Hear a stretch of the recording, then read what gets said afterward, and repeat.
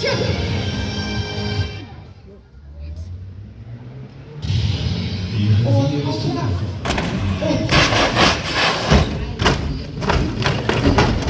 und einmal das Fahrzeug umschmeißen.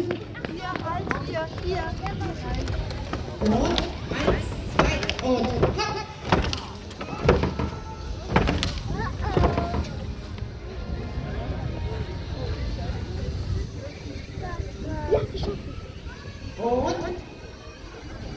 Und jetzt schauen wir nach dem Fahrer. Oh, wie sieht das Auto aus? Alles okay? Gib mir ein Zeichen. Alles in Ordnung, Sie dürfen